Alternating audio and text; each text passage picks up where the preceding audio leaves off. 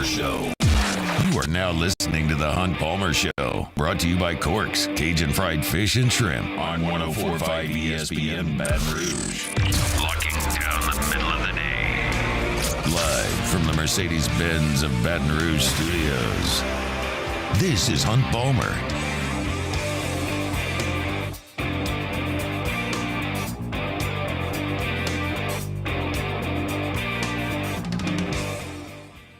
Palmer coming to you from the Mercedes-Benz Baton Rouge studio downtown in the capital city on this Friday. We are working towards the weekend. That means we're brought to you by Corks, Cajun Fried Fish and Shrimp. Got Jacob Beck and Casey Gaines back there on the ones and twos. Thank you all for hanging out with us as we wrap up that work week. Preston Guy with us in 15 minutes. We called Preston at 1:15 last Friday, got no answer. Found out there was a little bit of a flu situation, a little bit of a nap situation going on. Been rectified today. So we'll chat with Preston about LSU football coming up in 15 minutes. Andrew Hutchinson covers Arkansas for Best of Northwest Arkansas Sports.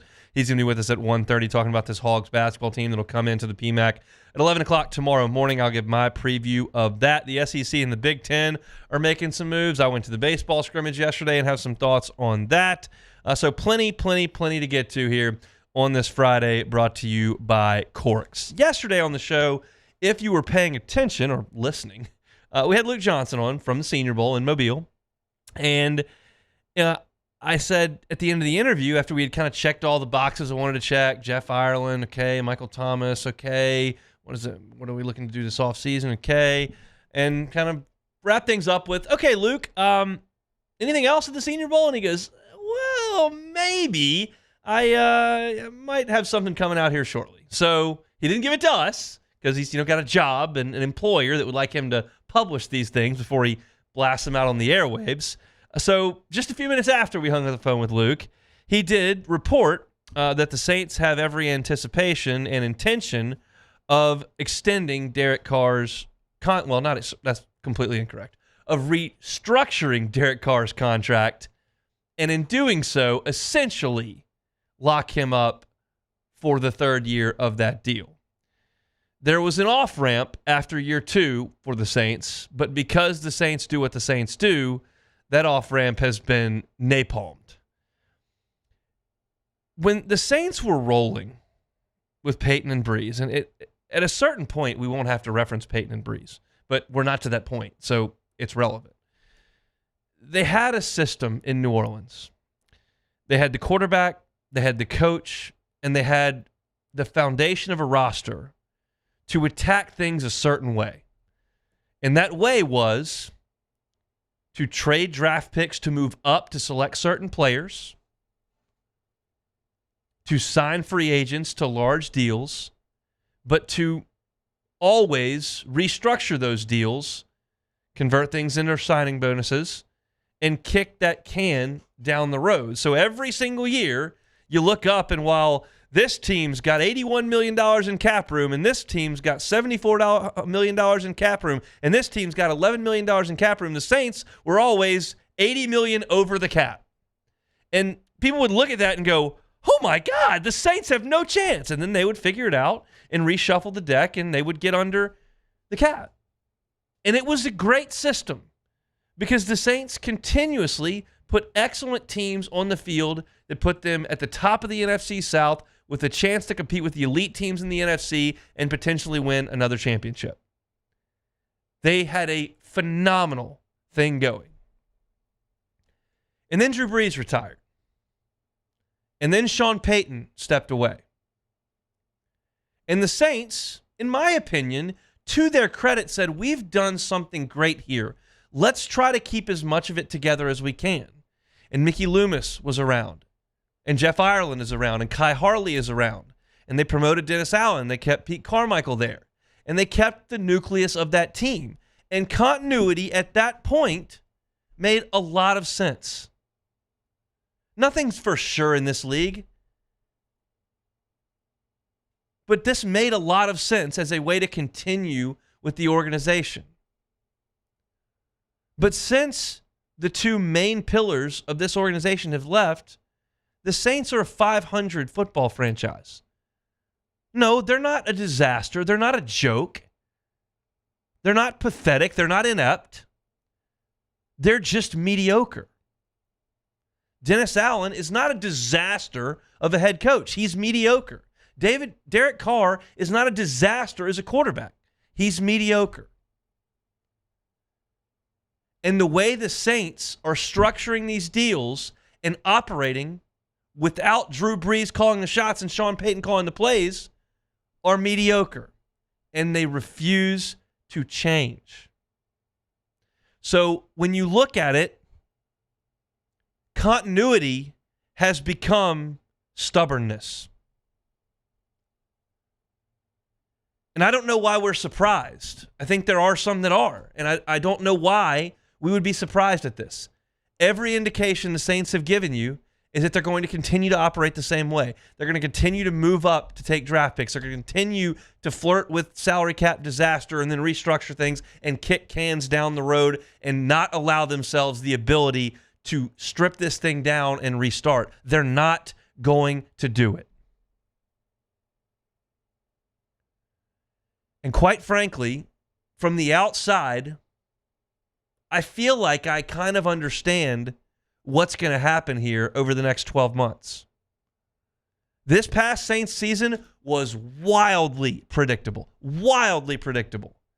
Everybody you talk to around here that has an interest in covering the Saints said, yeah, probably an 8 to 10 win team, flirting with a bad division, not really a threat. And they just went absolutely chapter and verse. That's exactly what they were. And now I feel like, personally, as I evaluate what the Saints look like over the next 12 months, you're going to look at a head coach who realizes he's in the fight for his coaching life. You do not get a third chance to be an NFL head coach. You might get a second, and he did. You never get a third one. So this organization is not about to step back because Dennis Allen's not going to allow that. The Saints aren't drafting a rookie quarterback to develop behind Derek Carr. That doesn't help Dennis Allen win. What the heck is Bo Nix sitting on the bench going to do to save Dennis Allen's job? Nothing. He has to draft guys that are going to help him in September. There's no reset. There's no rebuild. There's no teardown. It's just go, go, go, go. And that's what this move is, restructuring Derek Carr's contract. It's go, go, go, go. It's pushing more of his salary and more of his money into the third year of that deal so you can spend more in year two.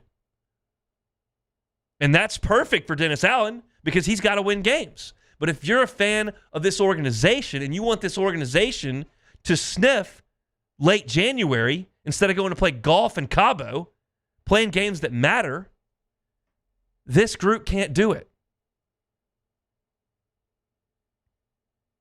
And you're not going to put yourself in a position to get rid of Derek Carr and get a new quarterback and free up some money because you've restructured the contract to dump all the money into year 3 of it. And again, if you're okay with being near the top of the division and having a chance in the last 3 weeks to win a couple games and make the playoffs and really feel like you're the underdog in all these playoff games you're going to play, but you're in the hunt, if that's okay with you, you're going to be right there because the Saints are probably going to make a couple of moves. They're going to bring in a new offensive coordinator. Atlanta's going nowhere. Carolina's an absolute grease fire. Tampa's hitching their wagon to Baker Mayfield. It's still not intimidating, and you'll probably be in the mix next year. And that is better than being awful if you're talking about interest in games in December. Awful's better if you're looking for a brand new start. Just depends on which camp you're in.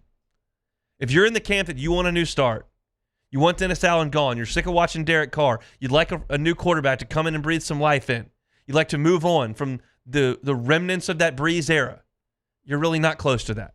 If you're in the other camp that just wants to see if you can win the division next year, this was a great move because it frees up some cash for you. Just depends on how you decide to look at it. I don't have any skin in the game from that perspective. And I'm telling you that I show up to win championships. That's why I don't hate the rent-a-wins for LSU, because they help you win a championship. You can't lose, and you can rest guys, and if you got guys suspended, you can play in those games, and that's all I care about. I'm trying to win the championship. The Saints can't win the championship with this group. It's a high bar. It's hard to do. But if you want a chance to do it, there needs to be some change. And this organization, maybe more so than any in the NFL, resists change. They did it one way, and it worked from 05 through 20. And they're still trying to do it that way without the key cogs. Yesterday, in my opinion, was a disappointing day for the New Orleans Saints. But if you're surprised by what happened, then you're not paying attention or you're just willfully ignorant. This is how they do business, and it's not a surprise. I think this organization is in quicksand, where you look at it and, yeah, they're not sinking like a stone, but it's a slow death. And that's what it feels like. And I don't even like, it brings me no joy to talk like that. I'd rather be talking about winning the South and making exciting moves and competing for a Super Bowl. It just feels objectively like that's a long way away. But if you like Derek Carr, you'll see him for 2 more years on Poitras.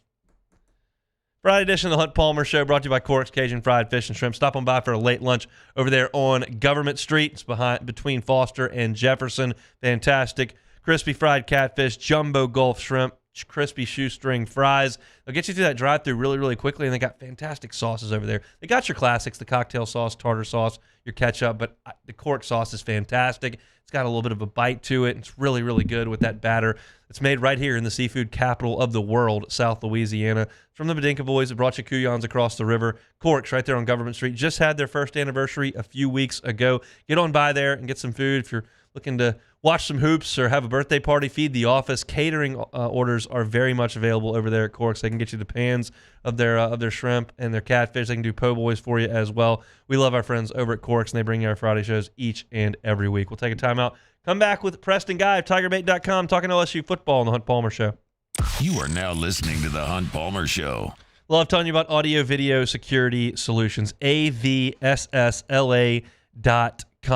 A lot of people are just taking in games or even movies at home now. You don't necessarily go to the movie theaters, or sometimes you don't want to fight the traffic and pay the money to go to the game. Home is where your viewing takes place. Why not optimize your home entertainment system with audio video security solutions? They supply all the equipment. You don't have to go to the big box store, buy a television, get it delivered, or bring it back home and then call them to come install it and deal with the surround sound. They handle it all, start to finish. And the best news, when they're handling that equipment that goes into your home, whether it's the speakers, whether it's they handle the warranty as well, because they're on the hook for it. It's a great, great deal that Mitchell Fisher and his local team can provide for you at Audio Video Security Solutions. Get that TV mounted so that it's gorgeous and functional, and you got that full surround sound they can put in, and you can control all of it from your smartphone or smart device. There's a showroom right there on Jefferson Highway they can show you how it all works. But check them out on the internet, avssla.com. It's Audio Video Security Solutions at avssla.com. In times of need, get a full list of phone numbers, websites, and other important emergency information on the Demco Stormwatch page at 1045espn.com.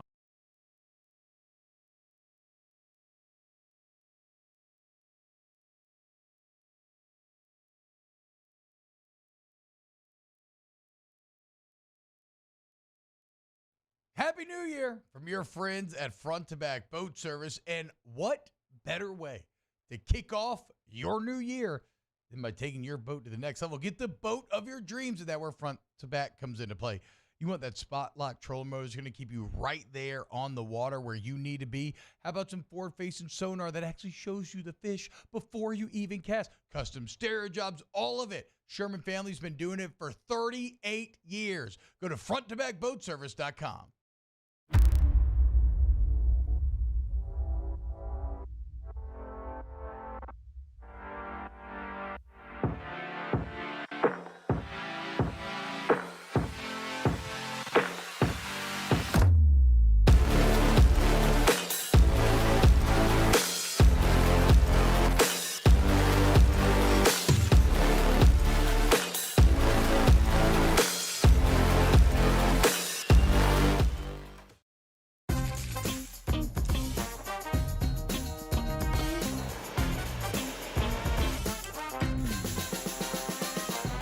The best-kept secret in town is out. Discover Tallulah at the Renaissance Hotel on Bluebonnet. Bayou Ford has the new inventory to get you in a new Ford truck or SUV today, or customize your next vehicle just the way you want it. All new Bayou Ford vehicles come with a 1 million mile powertrain warranty. The crew at Bayou Ford is going to do right by you. When it comes to ending cancer, we push forward, always working together for you. That's why our cancer experts at Ochsner have clinically integrated with MD Anderson Cancer Center. This means advanced cancer care, including access to life-saving clinical trials and integrating care to treat the whole you. Introducing Ochsner MD Anderson Cancer Center. Long live you. Join MMR and ignite your career today. MMR is the largest electrical and instrumentation contractor in the nation, and they're seeking talented individuals to join their team. For over 3 decades, they've been headquartered right here in Baton Rouge, and they have offices all around the globe. And MMR offers a tailored path for both professional and personal development, outstanding benefits, and a dynamic culture. So whether you're an intern, a seasoned pro, or you're just starting out, see what MMR can offer you. Apply at mmrgrp.com. There's never been a better time to catch a John Deere deal from the crew of Sunshine. Ask us about our low monthly payment options on our tractor packages and let the good times roll. Join us for the Monday edition of Live at Lunch. Jimmy and I will be at Walk-Ons in Bruley, recapping a huge weekend in college basketball, and we're into Super Bowl week. Walk-Ons in Bruley, Live at Lunch, 11 a.m. Monday on 104.5 ESPN Baton Rouge.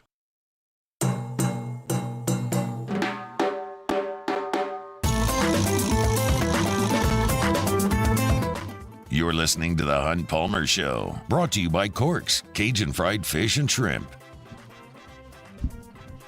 Hope everybody's having a good Friday out there. Thanks for hanging out with us here on the Hunt Palmer Show. Still plenty to get to here on this Friday edition. Andrew Hutchinson with us in 15 minutes talking Hogs and Tigers. It'll do battle on the hardwood at 11 o'clock. Talking some basketball here in 15 minutes. But football time with Preston Guy, TigerBait.com. Preston, under the weather last week, couldn't come join us, but feeling a little better this week, sir? Oh yeah, a lot better. The whole family was sick last week, so it was hell on earth in the Guy house. I know how that goes. I've got a wife who works as a nurse and in pediatrics and a son in daycare, so we deal with our fair share of crap over at the Palmer house as well. LSU football, the recruiting seems to be the story of the last few weeks. It's impressive, but that shouldn't come as a huge surprise based on the guys on the staff, no? No, it shouldn't. They put together a very strong staff, and I remember thinking back. In fact, I was watching some replays of our 2021 shows where they're talking about hiring a coach, and I remember just talking to Mike about it. Like, man, I don't care about the guy's reputation for recruiting. You know, recruits want to come play for a good coach, and if you put a good coach at LSU, the recruits will come. Well, Brian Kelly didn't have a reputation of, being this elite recruiter, but you see he's a good coach. You see, he stabilized the program in a big way. And the recruits are now flowing in very well. And we saw 2 5-star prospects on campus, and I'm told visits went very well for both with Terry Bussey and DJ Pickett.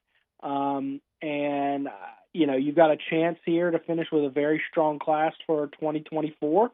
You got 2025 makings of one of the best classes in school history, and then you're looking forward to 2026 where the state has 3 of the top 5 players in the country.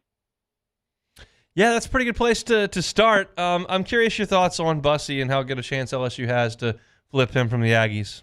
Yeah, I think before the visit his plan was to stick with Texas A&M.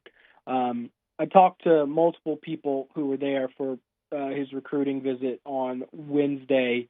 One was cautiously optimistic, saying, let's be patient. I think good things will come here. The other described him as a lock. So okay, I'm getting some mixed signals there, but I do think I think it's down to LSU and Texas A&M now. And if I'm a betting man, I'd put it right at 50-50 odds. With LSU having a pretty good shot. Now, he has to go to Texas A&M this week. where he has to meet Mike Elko and the new staff for the first time. So based on how that goes, that could swing heavily in either direction. I was listening to Brian Kelly talk with Chris Doring and Jacob Hester. They were on off campus yesterday on SiriusXM, but they replayed it this morning on Off the Bench. And he said they've got 19 scholarship guys between safety and cornerback on the roster for the spring. That's plenty of depth. Is there enough talent there for this coming defense? Well, you could. I like depth because that's a lot of guys you got to bat over to not get a decent quality SEC player. There were a lot of DBs on the roster last year, but they just batted at an extraordinarily low rate. I mean, how many of those guys just like Deuce Chestnut and what's his name, the safety for the corner from Texas A&M, Denver Harris, just weren't playing football for the last, 8-10 games, something like that. And just a lot of other, Greg Brooks with his unfortunate situation. I mean, it was just a comedy of errors last year. So, yeah, they definitely have the depth. I'm looking forward to seeing what guys come in and fit in well. You got a couple transfer guys. I really like the guys they brought in the portal as good fit players. But we'll see, Hunt. It certainly is some optimism, but I also thought there was some optimism last year. Yeah, I was a little concerned out there at practice. I think it was just an extreme circumstance where the offense was so good and the defense was so bad that it was almost even evident to us in like drills that it was slanted heavily one way. I just didn't know if we knew how heavily it was going to be slanted. Back to the recruiting angle, when you got as much momentum with top-end players, specifically in the state as they do with the 2025 class, there's potential, I think, for a lot of fireworks because of the camaraderie and the talent level that's in so early there. Your thoughts on the 2025 class as it sits right now? Yeah, let me tell you about some nasty work this staff has done with in-state recruiting. LSU's always done a very good job locking down the state. If you get 10 of the top 15 guys in Louisiana, you're probably going to have a strong class, historically speaking. Last year, LSU got 9 of the top 10 players in the state for 2024. In 2025 already, and this is per On3, they've got 7 of the top 10 players locked up, and the other 3 remain uncommitted. So, I mean, that's a pretty I don't remember the fence ever being up that stiff. It's hard to hit. It's hard not to ever miss on a guy in state. It's not necessarily hard to hit on some guys and hit at a high rate, but I mean, to not have any of these guys with schools all over the country coming after them, that's highly impressive. But, it's not just the in-state guys. Of course, you've got Harlem Berry in-state, who's the number 1 running back in the country, but also DeCorian Moore and Bryce Underwood. Number 1 quarterback, number 1 receiver, number 1 running back. I mean, that's truly just it's unheard of. So assuming if you just fill out the class with high quality 4-stars and a few 3-star players to fill needs, this is going to be the number 1 class in the country. But if you land a guy like DJ Pickett from Florida, the safety out of Florida who was on campus and really loves Corey Raymond, all of a sudden this class, we're entering the conversation of how highly is it going to rate in the historic class rankings, not necessarily if it's the number 1 class in the country or not anymore. We're kind of past that conversation.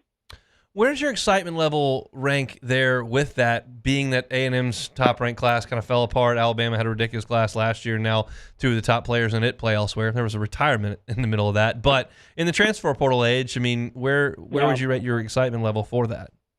Not as high as I would have in 2015. Yeah.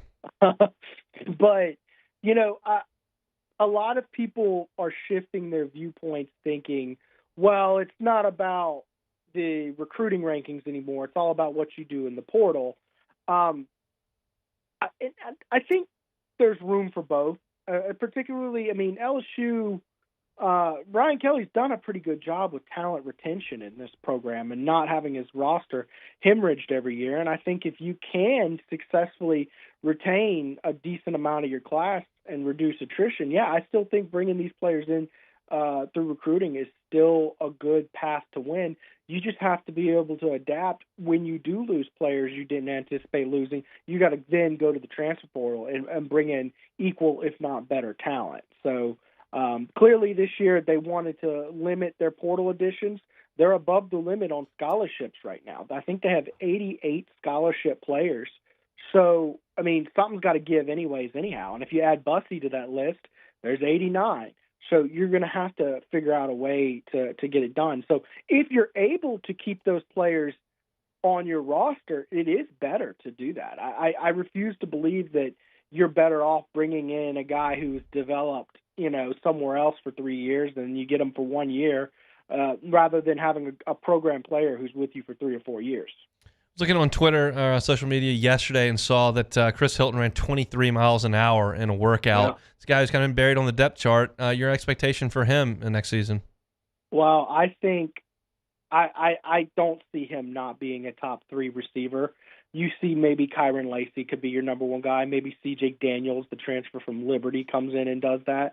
And then Chris Hilton, I don't see any of the guys other than those 3 beating out Chris Hilton, especially – I mean, you were there for fall camp. You remember how special the connection with Nussmeier and Hilton is.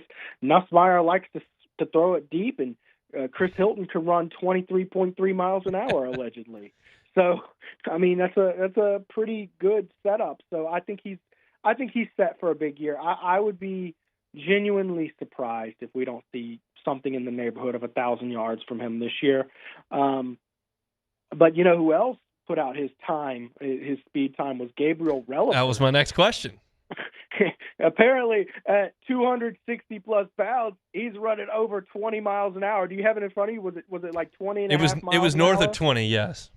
That's unbelievable. And, he came on my show earlier this year, before he was even committed to LSU. And I asked him, I kind of saw that LSU was going to need some defensive tackles. So your natural inclination is, well, what defensive ends are going to slide inside and play that? And he was adamant that he is a defensive end. He's like, look how thin I am. I move very well. I am not playing defensive tackle. And he's reinforcing that viewpoint with that, how fast he's moving in practice. Yep, quality stuff. Preston, we appreciate it. Have a great weekend, man. All right, Hunt, take it easy. Preston Guy, tigerbait.com is where you can find he and Mike Scarborough YouTube channel live as well. A lot of LSU football content all year long from those guys over at tigerbait.com. Press us with us every single Friday. We'll change gears here. That's football. Chat basketball. Arkansas coming in here after playing pretty well the last 2 games. Andrew Hutchinson covers the Hogs. He's with us next. The Hunt Palmer Show. One Bath and Closets. OneBathAndClosets.com is the website. David Duvall and his team, 30 years redesigning and remodeling bathrooms and closets. I just went through a house selling process and kind of wish at some point I would have sunk some money into the house to get a little bit more out of it. If you're in that situation that may be selling, not right now, but a little bit down the line, how about a brand new bathroom, custom closets? 1, it's going to improve your quality of living. And 2, when you go to sell the home, you've increased the value of it thanks to the folks over at One Bath and Closets. You can get that free consultation, OneBathAndClosets.com. Go there. You can see pictures of their great work, testimonials as well, and you can request a consultation. David and his team will come in. It's an easy process. Start you with a questionnaire. What do you have? What do you want? Here's what we can do. Here's how you can pay for it. They have financing options available for you on the bathroom side and the closet side of things. So check out that website. Get that free consultation. It's One Bath and Closets at OneBathAndClosets.com. Our listeners fire off their opinions on the JimsFirearms.net hotline at 499-1045. Keep listening for your next chance to shoot us your thoughts with the JimsFirearms.net hotline on 1045 ESPN Baton Rouge. Dylan Cruz here to tell you about Six Rings Baseball and Softball Camp. If you live on the North Shore and play ball, go to Six Rings Camps with former LSU assistant coach Dan Canaveri. His knowledge is second to none, and your child will improve and have fun doing it. Camps were held at Coquille Park and Six Rings Academy in Covington with 4 sessions over the summer. Full day and morning only sessions are available from ages 7 to 13. Go to sixringsbaseball.com or call 985-206-9096. Learn the game to love the game. Bayou Chrysler Dodge Jeep Ram has $20,000 off new 23 Ram 1500 Black Widow trucks, $20,000 off new Ram 1500 trucks, and all new Bayou Automotive vehicles come with a 1 million mile warranty. The crew at Bayou Automotive is going to do right by you. The Windsor Senior Living Community in Mandeville, Louisiana is a beautiful, vibrant apartment community geared toward seniors. They are nestled right in the heart of Mandeville, where seniors live a more carefree lifestyle in spacious apartments with the peace of mind that comes from having a little extra help. Call the Windsor at 985-624-8040 to schedule a lunch and tour. Come see how the Windsor can be your passport to peace of mind. Yo, Jake here from my friends over at Community Steel Company located in Gonzales, Louisiana. The local place you can turn to for all of your metal building needs. Notice I said local, not Houston, not Dallas, not Atlanta, but right here in Gonzales. Visit them at their brand new state-of-the-art website at communitysteelco.com or pick up the phone and give them a call today to answer all of your questions on your metal buildings, roofing and sheet metal, and any other steel needs you or your business need at 225-647-2020. I've been doing business with Luba for 25 years. They're dependable, trustworthy. It's just the attention to detail with our clients. Our folks have years and years of experience. They're highly trained professionals, but many companies have that asset. What I'd like to think makes Luba a bit different is that we use those talents in a way that truly is dedicated to serving the needs of the folks who depend on us.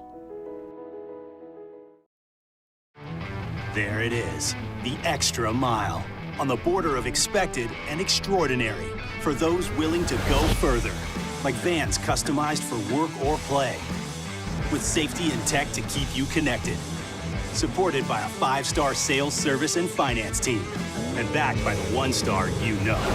So go the extra mile. It's never crowded, because so few have what it takes to go there. Mercedes-Benz Vans. At Relief Windows, we're more than windows. We're windows, doors, hardy plank, and vinyl siding. Moscona inviting you to join us for Friday's AFR, presented by Don Juan Cigar Bar. Brian Kelly met with reporters at the Senior Bowl. We'll let you know what the coach had to say. And the Riot Radio Hour is returned, talking some LSU baseball. 3 to 6, 104.5 ESPN Baton Rouge.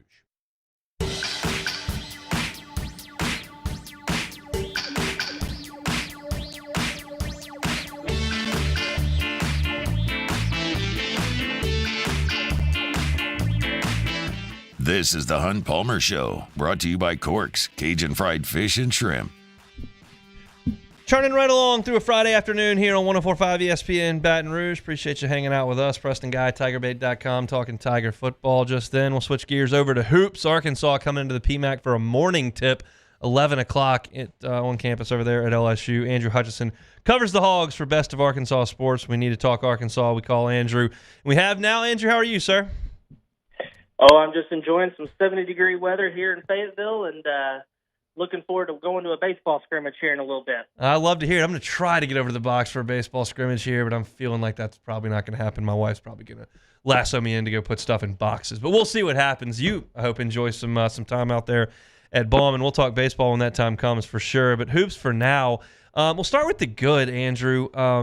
Arkansas hung in there with Kentucky on Saturday and lost a tough one, and then went up to Mizzou and just hammered Missouri in what looks like a close game, but really wasn't. What's been good over the last week? Honestly, it really goes back to effort. As crazy as that sounds, it has not been there for most of SEC play, but they've really turned it on these last couple of games. It's really remarkable considering they were 1-5 in SEC play. All 5 losses had been by double digits. They've been hitting all sorts of historic lows. They had the worst loss in Bud Walton history against Auburn, losing by 32. It would have been really easy for the team to just kind of fold up the tent and give up, but they kind of flipped the switch, and they've been given a lot of defensive efforts. Defensive intensity has been a lot better. The offense still it was a struggle against Kentucky. Looked really, really good against Missouri. Question is that because of Missouri just stinks, or has Arkansas found something offensively? that's going to be kind of the number one question I look forward to in tomorrow's game against LSU. How do you explain a lack of effort? This year has been really weird, to be quite honest. I wish I had better answers for you, but I mean, everyone up here, including Eric Musselman, has been trying to figure out what the issue is. I don't know if it's the guys just haven't meshed and they don't understand their roles, and like maybe that's led to the lack of effort seemingly. It's just really weird, because they did have a lot of transfers come in, but they did have several returners. I mean, they had more returning guys this year than they had last year on a Sweet 16 team. So I don't know what it is that's gone wrong. It's probably too late to salvage anything from this season. But it's been just a really bizarre year, because this is a team that was top 10 or top 15 in the AP poll early in the year. They beat Purdue in an exhibition game. Again, I know it's an exhibition game, but neither team treated it like an exhibition game. And then they beat Duke as well, and that's a top 10 team. So it's very, very weird that something happened between maybe non-conference play. And there were some struggles in non-conference play, don't get me wrong, but it just completely fell apart at the start of SEC play. Devo Davis, one of those returners who has reportedly stepped away from the program. What can you tell us about that and whether or not he could potentially be available tomorrow? I do not. I would be absolutely stunned if he was back tomorrow. I would honestly be stunned if he's back at all the rest of the year. It seems like this one is a little bit more of a permanent thing, even though the statement was kind of vague from the U of A, just saying that he stepped away from the program. But I'm not encouraged that he would be back. And it's interesting. I mean, I don't like to make this connection, draw this connection, because Devo Davis has done such incredible stuff for the school over the last 3 years, back-to-back Elite Eights and a Sweet 16. But this recent surge against Kentucky and Missouri has come with him no longer part of the team. So I don't know if maybe that has something to do with it. Maybe it's galvanized the team. I don't know what's going on behind the closed doors, but it does coincide with that. Trevin Brazile, the other kind of headline name with this Arkansas team before the season started, been missing some time with some knee injury. What can you tell us there? He's been dealing with some knee soreness. Remember, he missed almost all of last year with a torn ACL. It's the same knee. I don't know if it's related to that or not, but you have to wonder. He's actually missed the last 2.5 games, because he missed the second half of the Ole Miss game as well. He took a tumble in that game, and he kind of came up where he was kind of pointing at his knee like it hurt. I don't know if he'll be back tomorrow. It's not completely out of the picture, but again, I would be a little bit surprised if he was back this soon, just because they've not sounded encouraged anytime we ask Eric Musselman about it. Chatting with Andrew Hutchinson, covers Arkansas for Best of Arkansas Sports, Hogs and Tigers tomorrow, 11 o'clock in the PMAC. Trevon Mark's been the leading scorer on this team pretty much all year. What can you tell us about the Houston transfers game? It's a little bit interesting, because when he came to Arkansas out of the transfer portal, everyone kind of viewed him as this very similar to Devo Davis, in that he was this defensive guy, high energy, guy that could lock down the other team's best player and might score a little bit.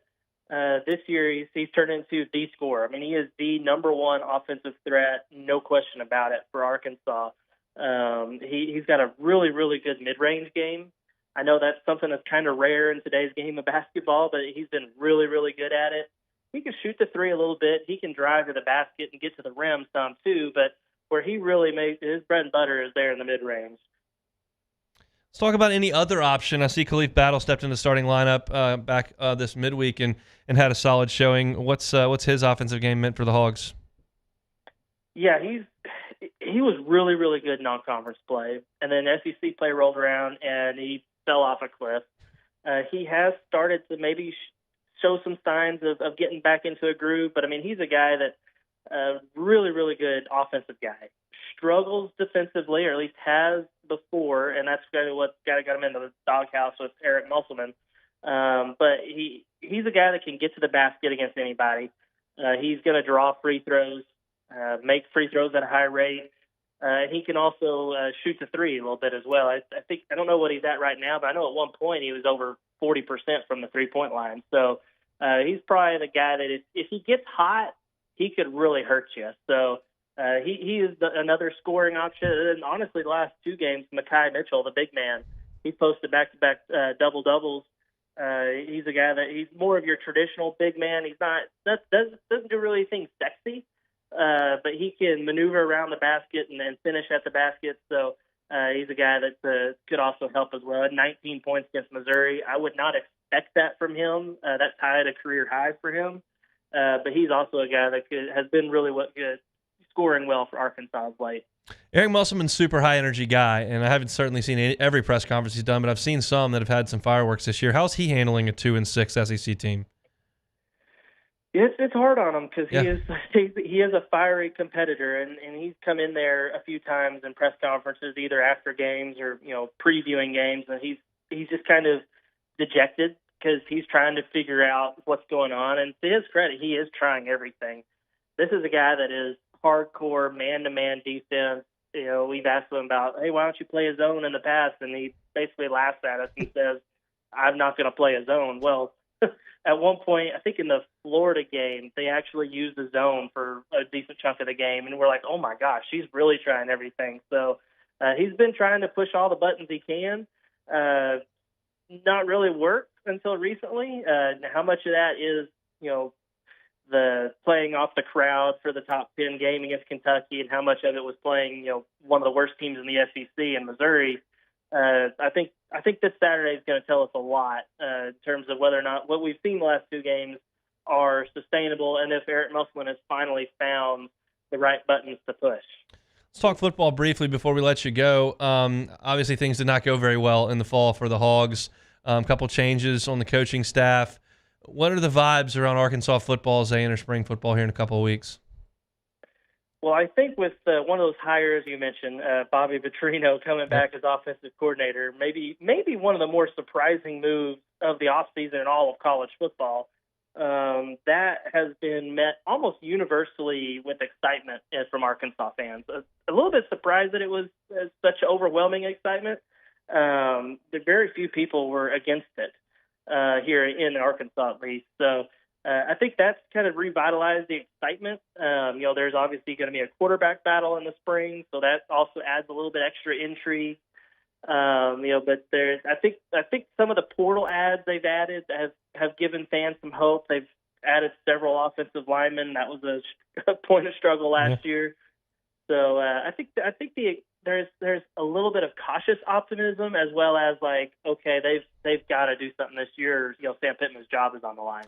And that was my follow-up, and this is a little bit cynical, but what are the odds that Sam Pittman brought his replacement in as his offensive coordinator?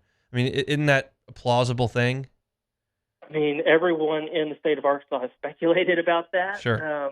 I'm a little skeptical because, I mean, think about it. If Sam Pittman does poorly enough to get fired, then that probably means if Hunter Yurachek, the AD, would be on board for that.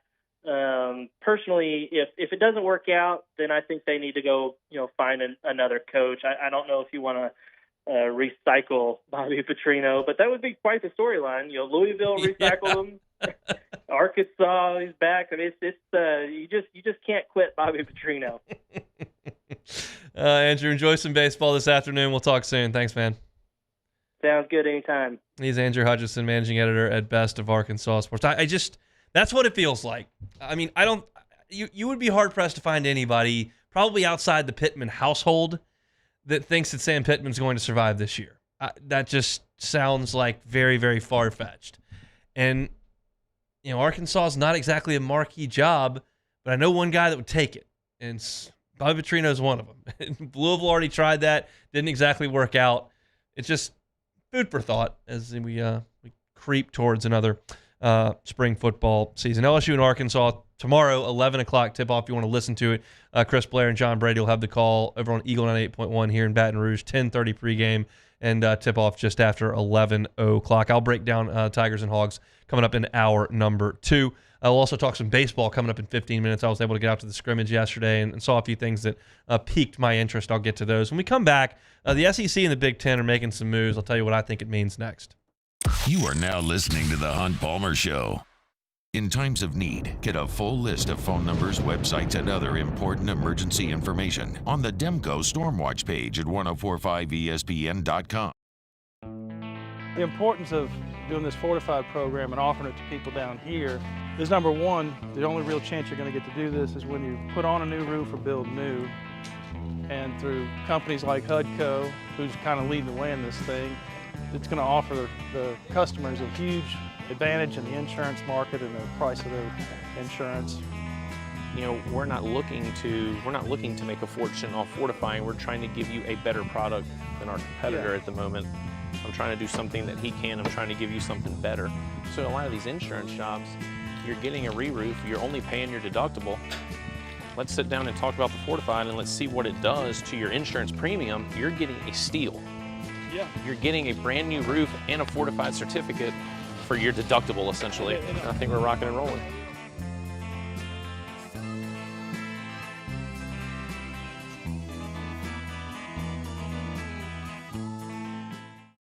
Bayou Ford has the new inventory to get you in a new Ford truck or SUV today, or customize your next vehicle just the way you want. All new Bayou Ford vehicles come with a 1 million mile powertrain warranty.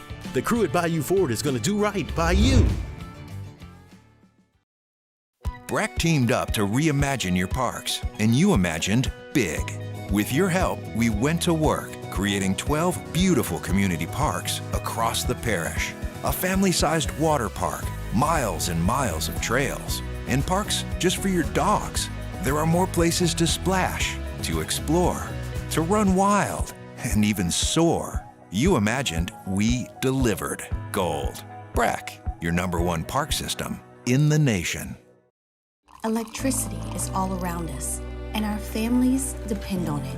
Every day is sparked by the power of a cold drink or a warm meal, a movie night, and a comforting light at the end of a dark hallway. From sunrise to sunset, playtime to bedtime, our team is ready to take care of your electrical needs.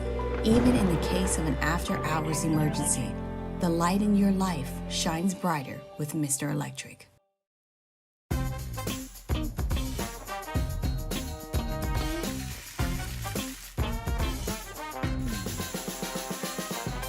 The best kept secret in town is out. Discover Tallulah at the Renaissance Hotel on Bluebonnet.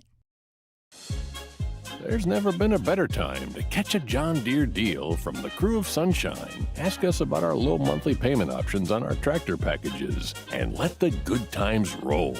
With equipment strong enough to power one of the world's largest celebrations, we've got your needs covered too. Learn more about what it means to be powered by Sunshine at sunequip.com. Some restrictions apply. See dealer for details. Offer ends April 30th, 2024.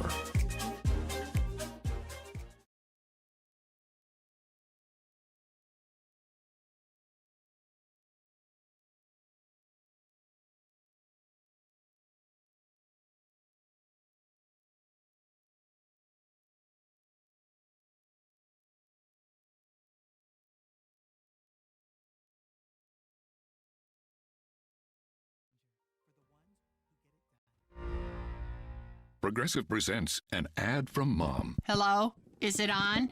Oh, okay. Bundle your home and auto insurance with Progressive and get protection round the clock. Round the clock? Does this generation even understand what round the clock means? But don't go, I'm just saying, because don't come to me when they ask for to do this over, because the kids won't get it. Get round-the-clock protection when you bundle and save with Progressive. It's easier than getting your mom to make this radio ad. Progressive Casualty Insurance Company affiliates and other insurers. Not available in all states or situations. On Monday's OTB, do the Saints have a new offensive coordinator? Plus, we'll kick off the week of the big game. Also bring you the latest from the LSU sports over the weekend, the football news cycle, and the Pels. Off the bench, 7 to 10 a.m., 104.5 ESPN.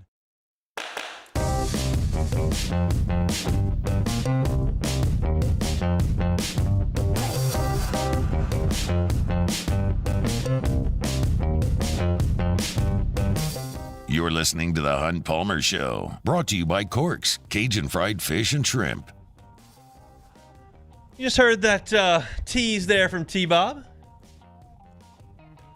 Right there at the front said, do the Saints have a new offensive coordinator? The answer to that is no. They do not have a new offensive coordinator, but they're close. Adam Schefter is reporting that the Saints are working towards a deal with 49ers passing game specialist Clint Kubiak, who could be named the Saints' next offensive coordinator.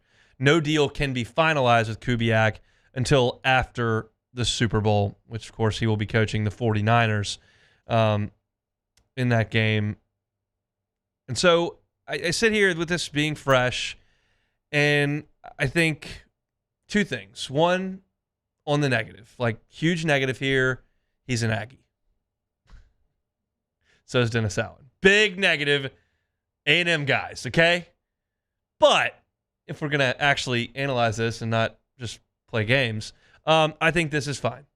This is the direction the Saints needed to go. You needed to go younger. You needed to go off of this fun, new, high-octane, creative tree with McVay and Shanahan.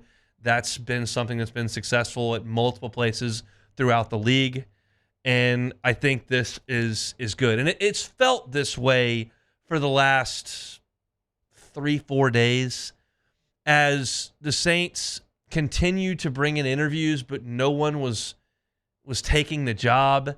Yet you had people at lower level positions throughout the league saying they're going to stay where they are. Gerard Johnson comes to mind. He wants to be the quarterback coach of the Texans instead of potentially the offensive coordinator with the Saints. That sounds good if you say, no, I'm going to stay with my guy, C.J. Stroud. But quite honestly, if one of those 32 jobs comes open and it's offered to you, you're probably going to take it. And Gerard Johnson, I don't believe, was offered that job and decided to stay in Houston. I think the Saints, after a couple of interviews with Clint Kubiak, decided this is who we're going to offer this job with. Clint, you want it? Yeah. Let me finish the Super Bowl. Can't agree to it then. Okay. And then that word seeks throughout the league, and the guys who aren't going to get the job say, oh, I'm staying. And so Clint Kubiak has been around for a good bit for a 36-year-old. He's been in the NFL since 2013.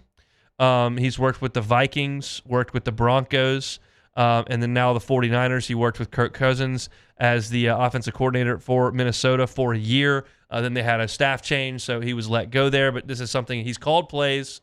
He's worked with a veteran quarterback that doesn't move very well. He's been in this system with with Shanahan and scored a lot of points with a quarterback that I wouldn't consider to be some sort of generational talent. Yeah, a lot of guys can score points with Josh Allen and Pat Mahomes taking snaps. I'm not here to bash on Brock Purdy, but the physical skill set is not such that he can just make something out of nothing like some of the guys in the league can. There are a lot of boxes that Clint Kubiak checks. And I've told you this since I started breaking down this specific hire, but really it applies to all hires. Like, you never really know. 98% of hires are going to be folks on an upward trajectory or folks with a really, really strong pedigree on the same level. 98% of hires. You're just never often going to hire someone at the Saints level or at LSU's level. You start talking about, FCS football or the group of five football, maybe you catch somebody that, didn't do as well at a level above you. But when you're talking about the highest level, which the Saints are in the NFL where everybody's on a level playing field and LSU is in this market in college football, you're going to hire somebody that's got credentials and an upward trajectory. You never really know what's going to happen. And so this is a hire that makes a lot of sense. I bashed the Saints 45 minutes ago for not being willing to change, for being a franchise in quicksand and all that. And I still believe a lot of what I said there. However, this is a shakeup. This is new blood. This is new ideas. This is a young person. I mean, Derek Carr and Clint Kubiak are peers, basically. Derek Carr's a tick above 30, and Clint Kubiak's 36. So this, I think, makes a lot of sense. It doesn't mean it's going to work. They better block better on the offensive line, find a way to get Michael Thomas out of town, and find another weapon there and figure out what they're doing with Alvin Kamara. There are some other issues, but as far as just plainly in a vacuum, looking at this as an offensive coordinator hire, it makes a lot of sense for the Saints to go get Clint Kubiak. I endorse the decision. How well it works, time will tell. But we'll see what he can do coming up here in the Super Bowl in 9 days. That's his first order of business. And then it appears, based on Adam Schefter's reporting, that Clint Kubiak will be coming down to NOLA to do a little offensive coordinating for the black and gold. Our Friday show is brought to you by Corks Cajun Fried Fish and Shrimp. Hit them up for your next catering order. Go to corksfishandshrimp.com, corksfishandshrimp.com, and check out the menu. You can check it out just to go order your dinner, or you can check it out to do some catering. They love to feed offices. If you want to do something nice for your crew for hitting a budget end of the month, want to put a little nice lunch in front of them, Corks would love to do that for you. They're on Government between Foster and Jefferson. That's not just fish and shrimp. They got fantastic baked potatoes, topped with crawfish etouffee, top of those golden Gulf shrimp. Got delicious honey butter roll. Beignet bites are awesome as well. We love our friends over at Corks. They bring you our Friday shows. We'll pause for SportsCenter. When we come back, I know a lot of y'all have been clamoring via Twitter and in the Bayou Ford chat for a little bit more baseball talk. We're getting close. We're 2 weeks from opening day. We're going to talk a little bit about baseball and what I saw in the scrimmage yesterday. Saw some really good and some that was not as good. We'll talk about it coming up after SportsCenter. Come back. One more hour to go in our work week here on the Hunt Palmer Show.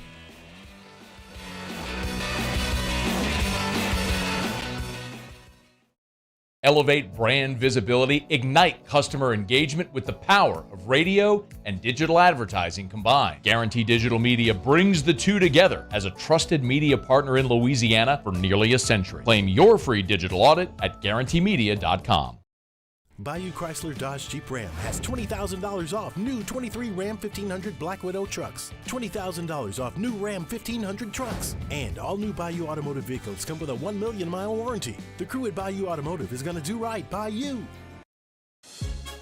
There's never been a better time to catch a John Deere deal from the crew of Sunshine. Ask us about our low monthly payment options on our tractor packages and let the good times roll. With equipment strong enough to power one of the world's largest celebrations, we've got your needs covered too. Learn more about what it means to be powered by Sunshine at sunequip.com. Some restrictions apply. See dealer for details. Offer ends April 30th, 2024. There it is, the extra mile, on the border of expected and extraordinary for those willing to go further, like vans customized for work or play, with safety and tech to keep you connected, supported by a 5-star sales, service, and finance team, and backed by the 1-star you know. So go the extra mile. It's never crowded, because so few have what it takes to go there. Mercedes-Benz Vans. Hey, it's Matt Moscona. For years, you've heard me tell you about Insurance Network of Louisiana, helping you find better coverage for less money. But it's not just for your home and auto. They also offer commercial property. So, retail stores, professional offices like doctors, dentists, attorneys, clothing boutiques. Insurance Network of Louisiana can find you better coverage for less money. They service the entire state of Louisiana, and they're local. So call today at 293-0450 or lainsurance.net. Yo, Jake here from my friends over at Community Steel Company located in Gonzales, Louisiana. The local place you can turn to for all of your metal building needs. Notice I said local, not Houston, not Dallas, not Atlanta, but right here in Gonzales. Visit them at their brand new state-of-the-art website at communitysteelco.com or pick up the phone and give them a call today to answer all of your questions on your metal buildings, roofing and sheet metal, and any other steel needs you or your business need at 225-647-2020. I've been doing business with Luba for 25 years. They're dependable, trustworthy. It's just the attention to detail with our clients. Our folks have years and years of experience.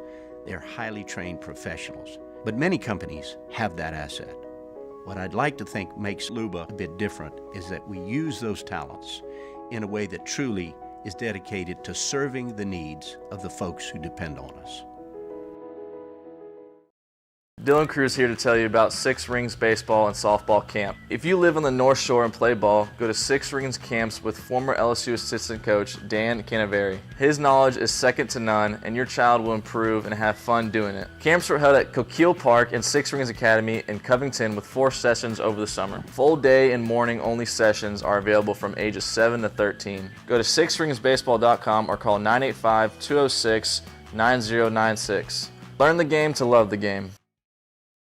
Brack teamed up to reimagine your parks, and you imagined big. With your help, we went to work, creating 12 beautiful community parks across the parish. A family-sized water park, miles and miles of trails, and parks just for your dogs. There are more places to splash, to explore, to run wild, and even soar. You imagined, we delivered. Gold. Brack, your #1 park system in the nation.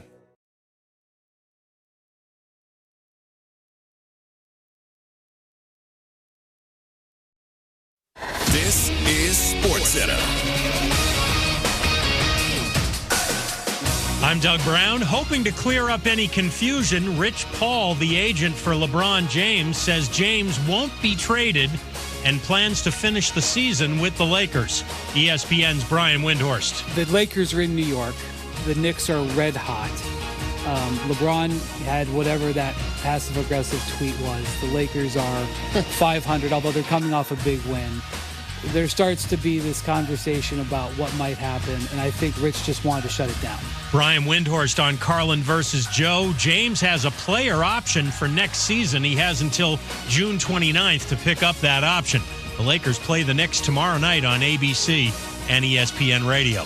Theo Epstein is going back to the Red Sox, this time as a minority owner and senior advisor to the team's parent company, Fenway Sports Group. Epstein was the GM in Boston when the team won its first title in 86 years, then did the same thing for the Cubs, ending their 108-year drought. Quarterback Teddy Bridgewater retires from the NFL. He's now the head coach at his high school in Miami. Hey, it's your resident Super Bowl champ, Chris Canty, coming up Monday. I'll tell you the one player not named Patrick Mahomes whose legacy will be most impacted by winning the Super Bowl. It's Unsportsmanlike, 6 a.m. Eastern, right here on ESPN Radio, ESPN2, and ESPNU. Ladies and gentlemen, may I direct your attention to something quite extraordinary? Now, the Hunt Palmer Show. The Hunt Palmer Show on 104.5 ESPN Baton Rouge. Brought to you by Corks, Cajun Fried Fish and Shrimp. Live from the Mercedes-Benz of Baton Rouge Studios. This is Hunt Palmer.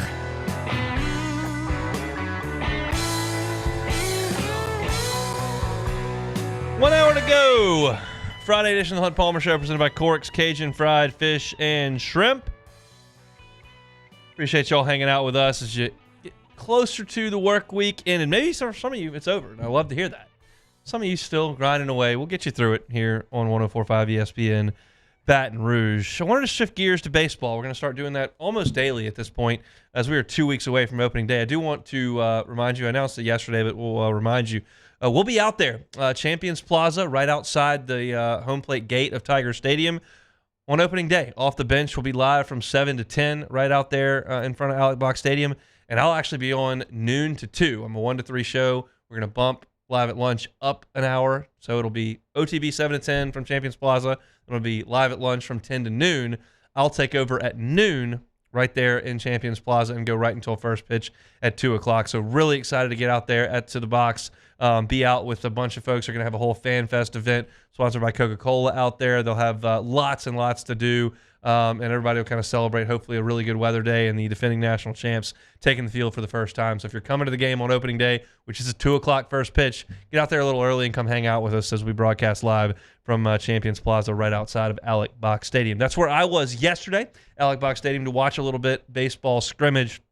And wanted to mention 3 guys that I saw yesterday and that I've kind of kept an eye on that jumped front of mind. First is a returning player. And this is broken record, and it's going to continue to be a broken record, and you're going to hear it from me probably 3 or 4 more times over the next 2 weeks. LSU needs the sophomores to deliver. They have to become either above average SEC players or stars. That's got to happen for this team to be really good. That's Paxton Kling, Jared Jones, Brady Neal, and Ethan Fry. Not all 4, but probably 3 of those guys need to become forces in the lineup if you're going to be one of the best teams in college baseball. You know what you got in Tommy White. Feel like you got a pretty good handle on what Hayden Travinski is. You know what Alex Milazzo is. That's not going to fluctuate hugely. I don't think Mac Bingham's going to come in here and be a Golden Spikes winner. He's a solid college baseball contributor, much like Gavin Dugas. But the sophomores that I just listed have way high-end potential. They've got to get close to that for LSU to be a great team. And Paxton Kling is right in the middle of that. And Kling started the year off in the starting lineup last year. He played in every game against Western Michigan in the opener, and he was a big piece to what LSU was doing early. And then he kind of lost that role midway. Well, he got hurt at Tulane, first of all, and that didn't help him at all. But he didn't really take a lot of ABs toward the back end of SEC play. And then you start to look at, when you get to May and obviously the postseason, he was not in the starting lineup. He went to the Cape and was okay and came back and really needs to take that next step. And I saw some really good at-bats from Paxton Kling yesterday.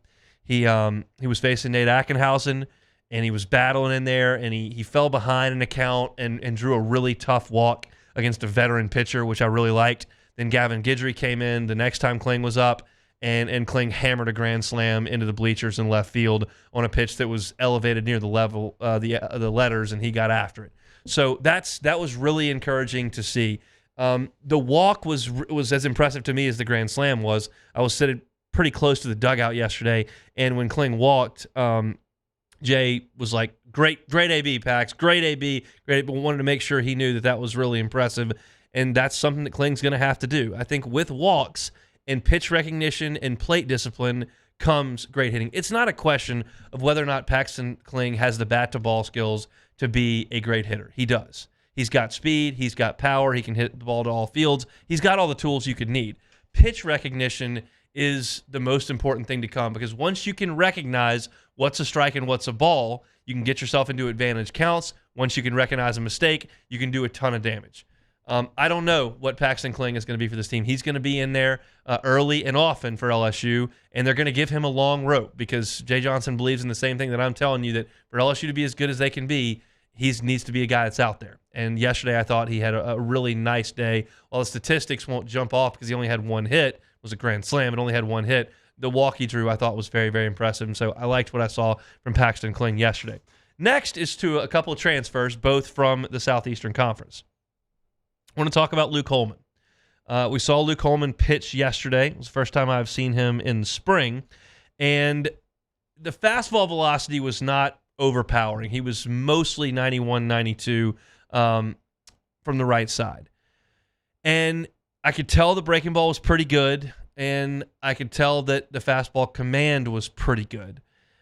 It's not stuff that was jumping at me yesterday, but I did go back just for a refresher and kind of look at his numbers last year from Alabama, and it makes sense. He was good last year.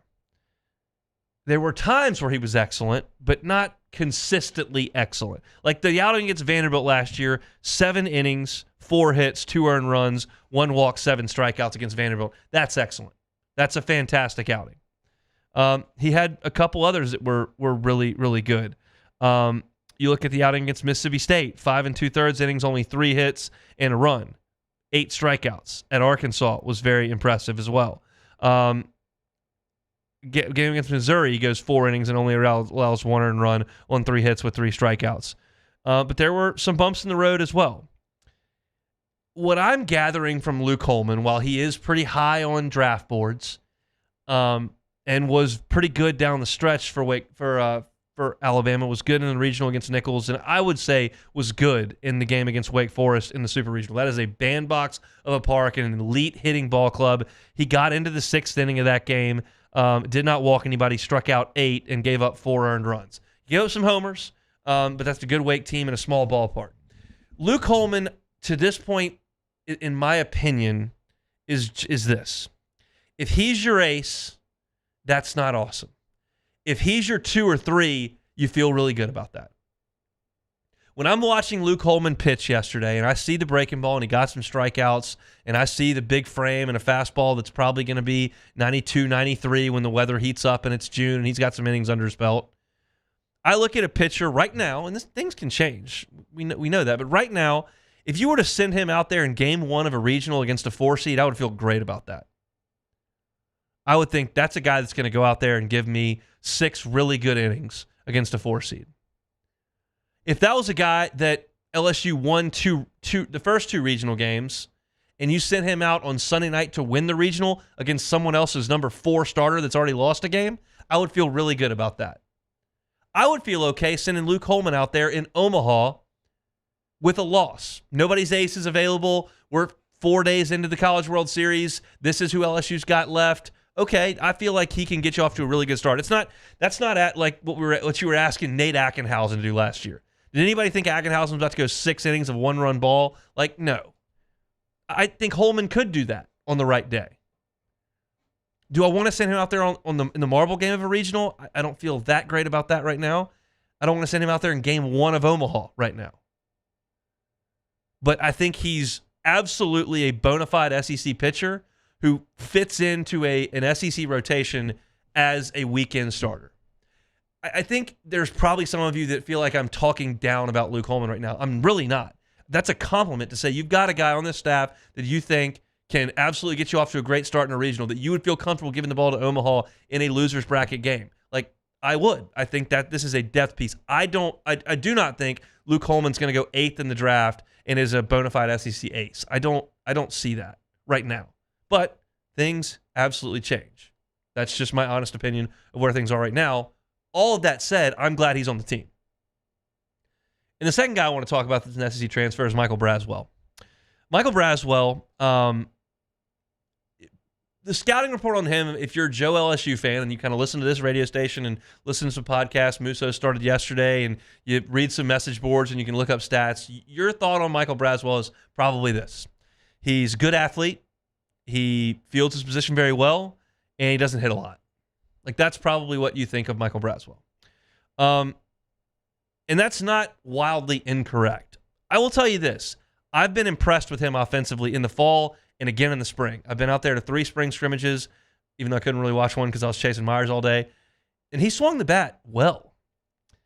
Now, his batting average dropped last year at South Carolina. He hit .284 as a freshman. He hit .255 last year. However, his on-base percentage did go up from .365 to .372. He walked significantly more as a sophomore than he did as a freshman. As a freshman, he got 201 at-bats and walked 27 times.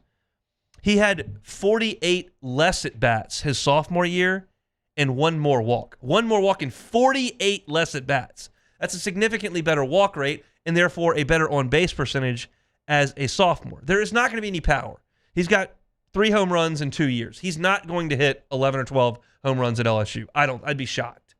But I do think he can get, if he got on base at a 372 clip last year, hitting .255, I think he can get on base at a 385, 395 clip, which is great. And yesterday, he was taking pitches. He walked twice, and he lined a double into left field. It's the second double I've seen him hit this week. I'm beginning to warm to Michael Braswell. And while I have said that I don't expect huge breakouts from some of the older players on this team, Milazzo, Bingham, like some of the older players, Braswell could fill the shoes that he was given as a high school senior when he was one of the top players in the Southeast. And South Carolina got him out of the state of Georgia. I'm not asking him to be Dylan Cruz or Tommy White. I'm not asking him to hit 28 home runs and hit second. If Michael Braswell plays a solid, steady shortstop like I think he will and gets on base at a 390 clip, that's a great piece to the offense. Put him in there at the 6-hole or the 8-hole, 9-hole. That's a really, really capable piece. Now, you need Tommy White and Hayden Travinsky and Paxton Kling and Jared Jones and Mac Bingham and some of those guys to carry the heavier lifting on offense. But I think Braswell is positioned nicely on this team to be a solid contributing piece that's not just a placeholder that can't hit his way out of a wet paper sack and play shortstop for you. I have not seen that for the 5 months I've been watching him play baseball. I've seen a guy who's comfortable in the box, who's taking bad pitches, and who's getting a lot of base hits. Slugging percentage is not going to be there. Doubles and singles, he can do it for you. I'm excited a little bit about Michael Braswell at shortstop. Those are my kind of baseball observations from yesterday's scrimmages. They'll scrimmage again, incidentally, 1 hour from right now. So if you're knocking off work and you're listening or you're driving around Baton Rouge and you got no plans on a Friday afternoon, it's nice out there, head over to the box, 3:15. They'll start playing a little baseball over there again tomorrow at 1 o'clock, right after the LSU basketball game ends at 1 o'clock. They'll be cranking up at the box. If you want to make it a daily double on campus, you want to leave basketball and head over to baseball. First pitch coming up 14 days from right now. Actually, they'll throw the first pitch right about now, 2 weeks from now. A little bit probably before 2:15, but probably not right at 2 either. So can't wait for a little LSU baseball. LSU basketball tomorrow, 11 o'clock. I'll get you ready for it. Tigers and Hogs, that's next. The Hunt Palmer Show. It's that time of year we're watching a lot of baseball. Remember, in June, LSU was playing a pretty big baseball game in Omaha against Tennessee, and one of those nasty afternoon showers came through and knocked my power out. And I couldn't watch. We had to go to my wife's friend's parents' house to watch Paul Skeens pitch against Tennessee. Don't be like Hunt. Get a Generac generator from Boudreaux's Electric. Prevent power outages in your home. We've got ice storms. We've got nasty summer afternoon showers. We've got hurricanes. Boudreaux's can protect you from all of them. And what they can do is monitor your Generac generator 24 hours a day, 7 days a week. If something goes wrong, even if it's a perfectly calm day and the kids screw it up and you don't even know about it, they will, because they monitor those generators 24/7. They can send someone out to have it fixed so that when you need your generator to operate, it is ready to roll. Boudreaux's Electric, growing company, even though they've been here for 40 years. Got a new location opening up in Gonzales, 225-300-9389, 225-300-9389. Give my friends at Boudreaux's Electric a call and prevent power outages at your home or business. That's Boudreaux's Electric. Our listeners fire off their opinions on the jimsfirearms.net hotline at 499-1045. Keep listening for your next chance to shoot us your thoughts with the jimsfirearms.net hotline on 1045 ESPN Baton Rouge. Gulf Coast Bank and Trust is giving our customers the power to bank anywhere, anytime during this challenging event. And we're right there with you. Our mobile banking app is a smart way to manage your money and time. Gulf Coast Bank and Trust, the bank that cares about you. His name was King. He had a horse along the countryside. I saw him ride. One day they found him.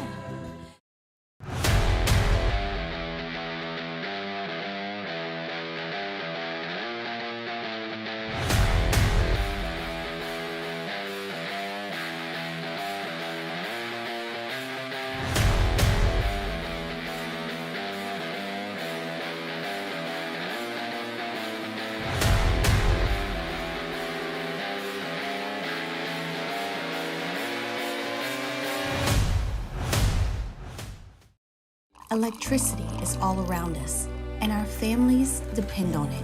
Every day is sparked by the power of a cold drink or a warm meal, a movie night, and a comforting light at the end of a dark hallway. From sunrise to sunset, playtime to bedtime, our team is ready to take care of your electrical needs. Even in the case of an after-hours emergency, the light in your life shines brighter with Mr. Electric. There's never been a better time to catch a John Deere deal from the crew of Sunshine. Ask us about our low monthly payment options on our tractor packages and let the good times roll. With equipment strong enough to power one of the world's largest celebrations, we've got your needs covered too. Learn more about what it means to be powered by Sunshine at sunequip.com. Some restrictions apply. See dealer for details. Offer ends April 30th, 2024. There it is, the extra mile, on the border of expected and extraordinary, for those willing to go further, like vans customized for work or play, with safety and tech to keep you connected, supported by a 5-star sales, service, and finance team, and backed by the 1-star you know. So go the extra mile. It's never crowded, because so few have what it takes to go there. Mercedes-Benz Vans. Hey, it's Matt Moscona. For years, you've heard me tell you about Insurance Network of Louisiana, helping you find better coverage for less money. But it's not just for your home and auto. They also offer commercial property. So, retail stores, professional offices like doctors, dentists, attorneys, clothing boutiques. Insurance Network of Louisiana can find you better coverage for less money. They service the entire state of Louisiana. Join us for the Monday edition of Live at Lunch. Jimmy and I will be at Walk-Ons in Bruley, recapping a huge weekend in college basketball, and we're into Super Bowl week. Walk-Ons in Bruley, Live at Lunch, 11 a.m. Monday on 104.5 ESPN Baton Rouge.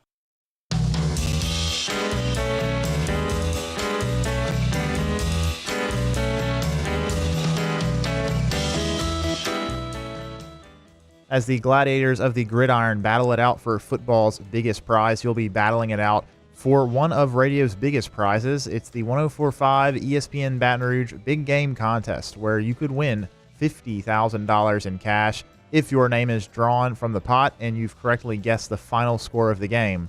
Get your score guesses in at 1045ESPN.com. This is the Hunt Palmer Show, brought to you by Corks, Cajun Fried Fish and Shrimp. So we're getting close to moving time in the Palmer household. We got about 3 weeks to go before we pack it up and head to the new crib. And this is how it was described to me earlier this morning. My wife said, "You can go to the game tomorrow, but that's it."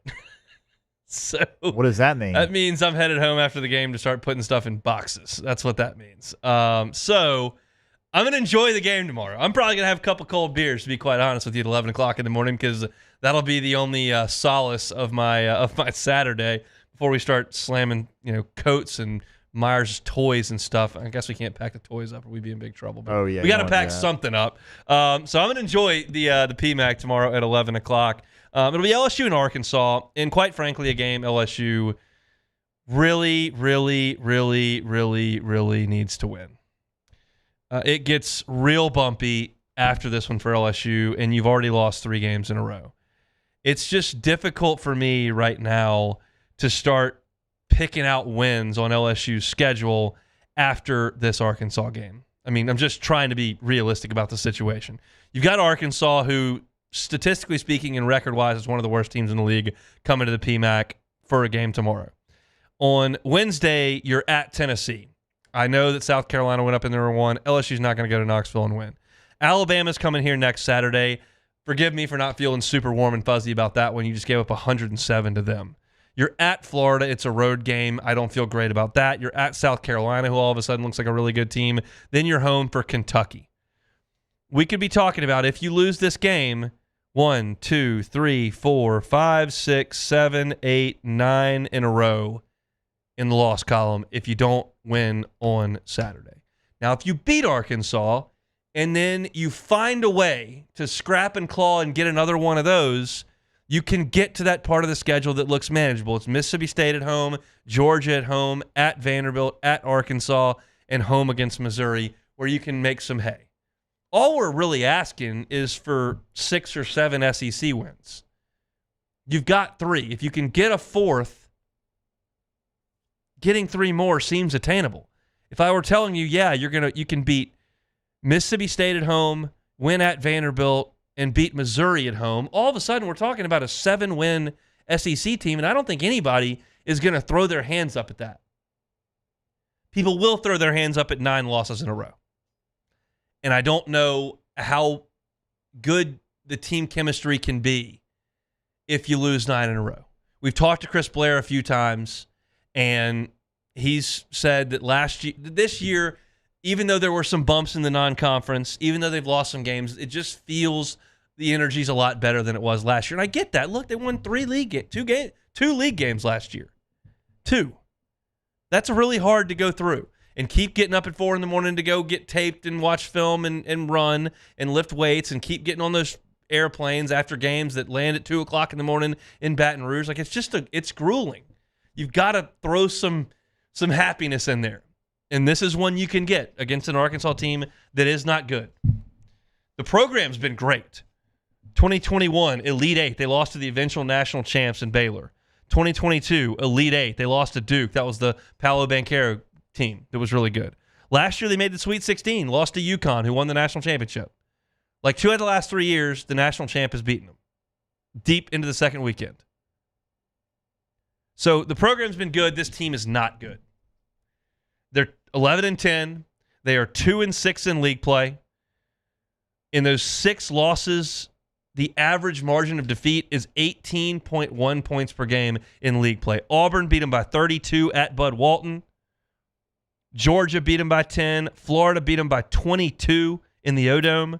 South Carolina went to Bud Walton, beat them by 13. This team went to Ole Miss and lost by 26. Ole Miss is no world beater. They beat this team by 26 points. And Kentucky went to Bud Walton. Game day was there, and Arkansas hung in there tight, but lost a 6-point game. Hogs scored 57 in that one. However, that's been part of this week that's been a little bit better.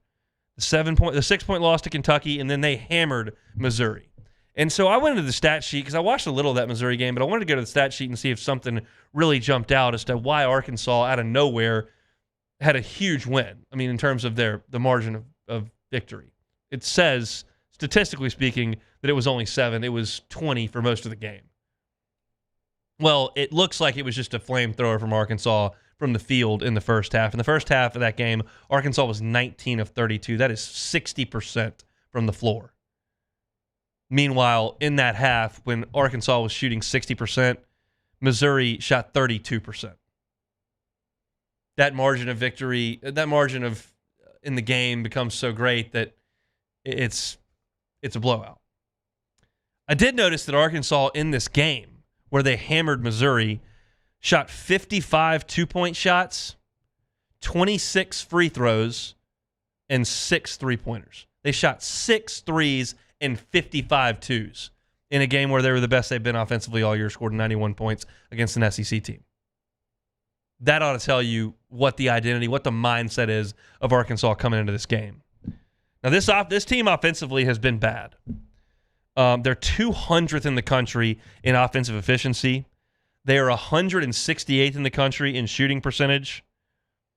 They don't try to shoot threes. They're 287th in the nation in three-point attempts and 238th in the country in three-point percentage. So way down the list in threes attempted and the percent of which they make. However, here's the MO.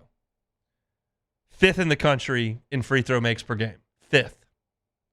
7th in free throws attempted per game. This is the exact blueprint that Georgia used 2 weeks ago. Georgia's entire offensive philosophy is to get to the free throw line, and they did that against LSU, and they dominated LSU on the line. LSU has to find a way with its guards to keep Arkansas out of the paint and keep them off the free throw line. If you make them shoot, they will miss. They're a terrible shooting team, save one game against Missouri, who, by the way, hasn't won a league game yet. Make them shoot jump shots. Keep them in front of you. It would not surprise me to see LSU play some zone in this game. Would not surprise me to see LSU sag off some of Arkansas's players and kind of play the way teams play Trey Hannibal. Say, hey, you're not driving here. Shoot. That's what LSU has got to do in this game. Now, Tremont Mark is their best player, and he's been really, really good this year. He's 6'6", transfer from Houston, 17.7 points per game, has shot it okay from 3, 38%, and he shoots a lot of free throws. He shot over 100 this year. He's the guy that they want to get the ball to. Devo Davis is not going to play in this game. He's been around forever. Trevon Brazile is very likely not going to play in this game. He's dealing with a knee injury. He's their big athletic postman who was at Missouri, was on some first-round mock drafts entering the year. He's kind of been a non-factor for him, and he hadn't played the last 2.5 games. So it's Tremont Mark's team, and you'll see some of Khalif Battle, who's been a bench guy, but he's a 6'5" transfer from Temple, and he shot the ball really, really well. It's Mark and Battle. Those are the two guys you've got to deal with, and you got to keep this team off the free throw line at all costs.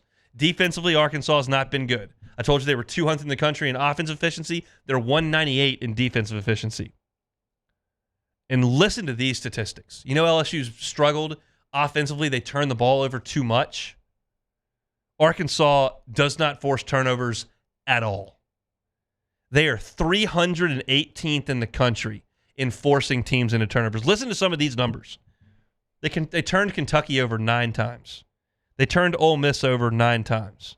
They turned Auburn over 7 times. It gets better. They turned A&M over twice in a 40-minute basketball game. Twice in 40 minutes. They do not pressure the basketball. They do not turn you over. There is no excuse for LSU going out there and turning the ball over 17 times against this Arkansas team and creating easy buckets on the other side. This matchup is actually good for LSU. It is. LSU should maximize its possessions. They should not turn it over too much against Arkansas. And Arkansas is not a great offensive team, and LSU should be able to use its defense to slow Arkansas down. I did not think that LSU would slow Alabama down. They didn't. I did not think that LSU would slow Auburn down. They didn't. But when they played teams like Ole Miss and A&M, Georgia, they've done a good job of guarding the shooters. Now, Georgia got to the line too much, and you turned it over against A&M too much, and you gave up way too many offensive rebounds against A&M, but that's not the point in this matchup. This matchup is good. Now, I mentioned that Arkansas had a flamethrower in this game against Missouri, which has been the total outlier for this Arkansas team. They shot it great. Here's the other outlier for that game. They turned Missouri over 18 times. That's completely out of character for Arkansas. I think LSU will win coming up tomorrow at 11 o'clock, and I think they'll do it by around 10 points. This is a bad Arkansas team. They're down 2 of their best players. They're a pretty good matchup for LSU, and it's at home. I started this segment by telling you really need to win this game. I think they will in the PMAC at 11 o'clock. I didn't pick them against A&M. I did not pick them against Georgia. I didn't pick them certainly at A&M or at Auburn or Tuscaloosa. But I'm picking them tomorrow. I think LSU gets Arkansas, and I'm excited to be in there before I unpack some boxes at home or start actually packing some boxes at home. Hope to see y'all in the PMAC. 11 o'clock tip. You want to listen to it. 10:30 pregame over on Eagle 98.1. One more time. 2 more timeouts. 30 more minutes to go on a Friday edition of the Hunt Palmer Show. You are now listening to the Hunt Palmer Show. ESPN Bet now live in Louisiana as the official sports book of ESPN. ESPN Bet's the only place to find daily exclusives and offers with your favorite ESPN personalities and shows. Sign up today, and new users get $100 in bonus bets for making any sportsbook bets. Just put a couple bucks in there. Bet it on LSU. I just told you they were going to win. Bet it on the money line. Any way you bet it, you're going to get $100 in bonus bets right into your account. You can find all your favorite markets and bets. In-game wagering, you're watching LSU and Arkansas, see a trend, see something going good or bad, want to jump in mid-game and do it, you can bet on ESPN Bet just like that. Cross-sport parlays, teasers, all the props that you can handle. That's ESPN Bet. You can download today. What a play. Must be 21 or older. Gambling problem? Call 1-800-522-4700. In partnership with LeBares Lake Charles. Terms and conditions apply. See app for details. In times of need, get a full list of phone numbers, websites, and other important emergency information on the Demco Stormwatch page at 1045ESPN.com. Happy New Year from your friends at Front to Back Boat Service. And what better way to kick off your new year than by taking your boat to the next level? Get the boat of your dreams, and that's where Front to Back comes into play. You want that spot lock trolling motor that's going to keep you right there on the water where you need to be. How about some forward-facing sonar that actually shows you the fish before you even cast? Custom stereo jobs, all of it. Sherman family's been doing it for 38 years. Go to fronttobackboatservice.com. When it comes to ending cancer, we push forward, always working together for you. That's why our cancer experts at Ochsner have clinically integrated with MD Anderson Cancer Center. This means advanced cancer care, including access to life-saving clinical trials and integrating care to treat the whole you. Introducing Ochsner MD Anderson Cancer Center. Long live you. There it is, the extra mile, on the border of expected and extraordinary for those willing to go further, like vans customized for work or play, with safety and tech to keep you connected, supported by a 5-star sales, service, and finance team, and backed by the 1-star you know. So go the extra mile. It's never crowded because so few have what it takes to go there. Mercedes-Benz Vans. It was a humid day. Barefoot children play, looking for that summer shade. Time to slips away. Oh, Louisiana, some kind of hold on me. Like cypress stumps, your roots are planted deep inside of me. Yo, Jake here from my friends over at Community Steel Company located in Gonzales, Louisiana. The local place you can turn to for all of your metal building needs. Notice I said local, not Houston, not Dallas, not Atlanta, but right here in Gonzales. Visit them at their brand new state-of-the-art website at communitysteelco.com Or pick up the phone and give them a call today to answer all of your questions on your metal buildings, roofing and sheet metal, and any other steel needs you or your business need at 225-647-2020. I've been doing business with Luba for 25 years. They're dependable, trustworthy. It's just the attention to detail with our clients. Our folks have years and years of experience. They're highly trained professionals, but many companies have that asset.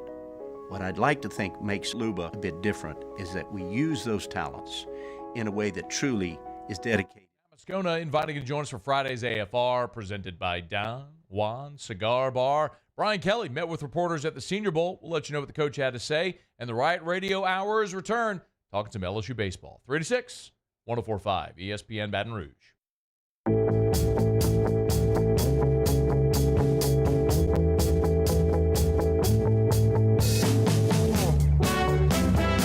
You're listening to The Hunt Palmer Show, brought to you by Corks, Cajun Fried Fish and Shrimp. So there's some news in the college sports landscape earlier today. I don't know that it carries a lot of weight today. I think it's emblematic of where things are headed, and I can't tell you exactly where that is either, but it's down the path that we all assumed it would go down. The news was the Big Ten and the SEC are creating a joint advisory group of presidents and athletic directors in an urgent mission to find solutions and steer college sports into the future. Greg Sankey told Ross Dellinger and the folks over at Yahoo, "Pressures are mounting. We are not going to be status quo."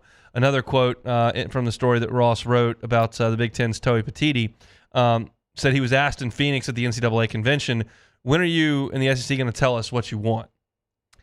And I'm not here to tell you what the Big Ten and SEC, quote-unquote, joining forces is all about. We saw that strategic alliance between the Big Ten, Big Ten, ACC, and Big 12, and that wasn't worth the paper it was scribbled on. Like that, it's every man for himself out there. But we all believe that the two most important entities in collegiate athletics right now are the Big Ten Conference and the Southeastern Conference. It's not the NCAA, certainly, who's absolutely taken fire from every angle. And it doesn't include the ACC, which is locked in a draconian, old, dated TV model that doesn't work and has its most prominent member trying to wiggle out. And it's not the Big 12 that lost its two important players and scrounged up the scraps from the rest of the country. No one cares what the ACC or Big 12 has to say, and the Pac-12 doesn't exist anymore. The only two voices that matter are the SEC and the Big Ten. And eventually, this whole thing is going to fall under those two umbrellas. I don't know if it's in 2026. I don't know if it's in 2034. I don't know when big moves happen. But it is evident, based on the findings in these continual NCAA court cases that are signaling the end of that organization, and the movement within conferences, where the SEC is poaching Oklahoma and Texas and killing one league, and the Big Ten is poaching all those teams from the West Coast, UCLA, USC, Washington, Oregon, and leaving the Pac-12 for dead. I'm not telling you that the schools in the ACC and Big 12 are finished athletically forever. They're not. They're just going to have to get in on this at some point. And so the folks carrying the biggest stick at this point are Greg Sankey and Tony Petiti. I don't know what they can get accomplished with a special joint advisory group. I don't know what that group does, when they meet, what quorum is, who else is involved. I don't know. I know that the NCAA is falling apart, is going to cease to exist at some point because what they've done for the last 10 decades is illegal. It's turning up that way in court every time they show up in a courtroom. And all the money is in two places, the SEC and the Big Ten. The ACC doesn't have any money. That's why everybody wants to get out. And nobody's going to spend any money on the Big 12 because nobody cares to watch Cincinnati, Houston, and TCU play sports. So today is not some sort of atom bomb blowing up collegiate athletics. It's just another step on the path, and I don't know how long the path is to get us to this NFL professional style, 2 leagues, all playing each other, sharing revenues, that whole deal, and eventually collegiate athletes becoming employees. That's where it's headed. This is just one of those steps. And don't get me wrong, it's not as if Greg Sankey and Tony Petitti have had no authority in the past in matters of collegiate athletics. Certainly they have. And they're not infallible. But they've got the biggest pocketbooks. And in an era where the pocketbooks need to be distributed to the student athlete and the NCAA saying that you can't do that in every instance, the Big Ten and the SEC are going to step up for their member institutions and go, yeah, can. Here's how we're going to do it. And once the NCAA finally loses its last court case and dissolves, this is where things headed. We're not there yet, but that's where it feels like we're going. One more topic I'd like to hit, just some SEC basketball before we take a break and do some take it or leave it. Busy Saturday in the league, as they all are. LSU and Arkansas will lead things off at 11 o'clock at noon. South Carolina and Georgia in Athens. Interesting to me because South Carolina is playing so well, and it's kind of the toast of the conference right now because they were picked 14th, and here they are 6-2. Go to Athens and win. Come down off those huge highs of beating Kentucky and beating Tennessee and Knoxville. Go to Athens and take care of your business. I like Georgia to win that game. Missouri and Vanderbilt, someone has to win a conference game. I don't think they can tie in Nashville. Memorial Gym, weird benches on both sides. Weird stuff can happen there. I don't think it ties in the cards. Somebody's going to win in a battle of 0-8 Missouri and 0-7 Vanderbilt. Florida is in College Station to play Texas A&M. I don't think A&M is going to make the NCAA tournament. They had Boots Radford get arrested today for evading arrest or something like that. I don't think he'll play in this game, so that's a big hit to Texas A&M. Florida trying to build under Coach Golding in year 2. If they can win in College Station, they'll be 6-3. I think they will win in College Station. Auburn is at Ole Miss in the Pavilion. Auburn 6-2 in league play. Ole Miss is 5-3. I like Auburn a lot. I think they're going to go to Ole Miss. It should be an incredible environment in there for a 5 o'clock tip-off, but I still think Auburn's toughness, they win it. Shine is off this one a little bit with Tennessee and Kentucky both having lost in the midweek. Disappointing go of it for Kentucky over the last week and a half, and Tennessee kind of shocked in Knoxville. I think Kentucky wins that one in Rupp. I think they'll get up and down. I think they'll run. I think they'll make some jump shots. I think they'll win it. Casey, you feeling good about that one? Thumbs up, thumbs down. Got thumbs out, thumbs up. Casey's feeling good about his Cats. I think they'll win. And Alabama at home, looking to go to 8-1 in league play at the halfway point. They'll play Mississippi State in Coleman Coliseum at 7:30 on the SEC Network. I like Alabama to roll in that one. Although Chris Jans and his team do play some pretty good defense. They couldn't stop Ole Miss a lot in the midweek, but I think Alabama's going to be quite a challenge for them as well. I'll take the Tide winning that one in Coleman Coliseum. So that's your look at the Southeastern Conference from a basketball perspective coming up tomorrow. Need my guy Stack to get a win. It's not going to happen. It's going to happen. They're going to win. It could happen. They're at home. They're at home. They're at home, but I don't think it's going to happen. And if they lose this one, we'll talk on Monday because I think you might have to change your position. They lose to Missouri at home. You may have to change. I mean, I'm not saying you have to, but I'm not going you may to. have to. I'm riding with him. I think that's a poor decision. Do you get some of his buyout money? Is that what the deal? Is that the deal? No. Okay. Well, it's coming. It's coming quickly. I don't think he needs it either, but he's going to get some. All right, we'll come back and close it out on the Hunt Palmer Show. The Hunt Palmer Show. Our listeners fire off their opinions on the jimsfirearms.net hotline at 499-1045. Keep listening for your next chance to shoot us your thoughts with the jimsfirearms.net hotline on 1045 ESPN Baton Rouge. His name was Cain. He had a horse along the countryside. I saw him ride. One day they found him. There's never been a better time to catch a John Deere deal from the crew of Sunshine. Ask us about our low monthly payment options on our tractor packages and let the good times roll. With equipment strong enough to power one of the world's largest celebrations, we've got your needs covered too. Learn more about what it means to be powered by Sunshine at sunequip.com. Some restrictions apply. See dealer for details. Offer ends April 30th, 2024.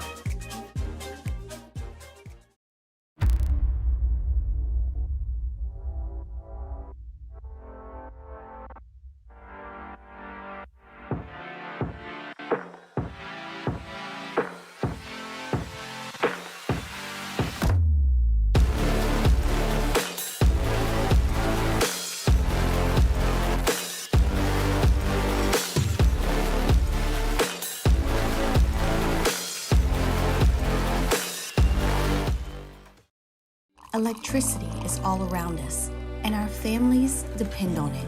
Every day is sparked by the power of a cold drink or a warm meal, a movie night, and a comforting light at the end of a dark hallway. From sunrise to sunset, playtime to bedtime, our team is ready to take care of your electrical needs. Even in the case of an after-hours emergency, the light in your life shines brighter with Mr. Electric. There it is, the extra mile, on the border of expected and extraordinary, for those willing to go further, like vans customized for work or play, with safety and tech to keep you connected, supported by a 5-star sales, service, and finance team, and backed by the 1-star you know. So go the extra mile. It's never crowded, because so few have what it takes to go there. Mercedes-Benz Vans. Hey, it's Matt Moscona. For years, you've heard me tell you about Insurance Network of Louisiana, helping you find better coverage for less money. But it's not just for your home and auto. They also offer commercial property. So, retail stores, professional offices like doctors, dentists, attorneys, clothing boutiques. Insurance Network of Louisiana can find you better coverage for less money. They service the entire state of Louisiana, and they're local. So call today at 293-0450 or lainsurance.net. At Relief Windows, we're more than windows. We're windows, doors, party plank, and vinyl siding. But our number one product is always customer satisfaction. Visit us online at reliefwindows.com. Oh, by the way, we do shutters too.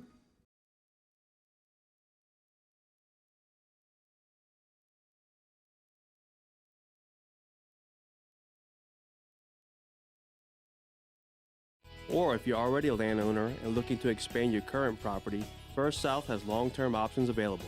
When you're ready to talk about owning land, call me, Tommy Marsh, at 985-446-9450 or find us online at firstsouthland.com. If you're tired of erosion and mud and want your lawn looking its best, winter is the easiest time to lay grass sod. Let Quality Sod help you select the perfect grass for your lawn. For winter sale prices, call 610-4842 or QualitySod.com. You've heard about it? We've got it. Semaglutide. RejuveMeMedical.com. College football talk all year long on the Chuck Oliver Show, weeknights at 6 on 104.5 ESPN Baton Rouge. Up on Monday's OTB. Do the Saints have a new offensive coordinator? Plus, we'll kick off the week of the big game. Also bring you the latest from the LSU sports over the weekend, the football news cycle, and the Pels. Off the bench, 7 to 10 a.m., 104.5 ESPN.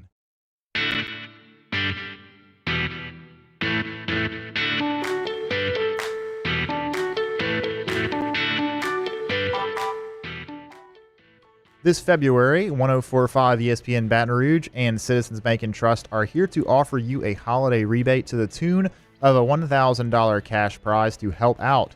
Signing up is as simple as heading to 1045ESPN.com. It's our annual holiday rebate gift to you from Citizens Bank and Trust and 104.5 ESPN Baton Rouge. This is the Hunt Palmer Show, brought to you by Corks, Cajun Fried Fish and Shrimp. I mean, you think Corks, you think fried shrimp, fried catfish, French fries, all that, and that's great because it's awesome. It sits right here on these gorgeous panels here in studio that I have to stare at for 2 hours every Friday. You don't have to stare at them. We do. Well, I see. They're more visible to you. That is true. But how about po' boys? You can get a combo fish and shrimp po' boy. For the whole po' boy, just $14.99 on that Gambito's French bread, dressed with lettuce, tomato, pickle, mayo, served with those crispy shoestring fries. If you're thinking po' boy in the city of Baton Rouge, check out Corks. They have got a great one over there, and they bring you our Friday shows each and every week. All right, Beck, one more order of business for the week. It's take it or leave it. All righty, first one here we've got. It's Groundhog Day, and by the way, for those that didn't see, Puxtawney Phil didn't see his shadow. Spring's coming early.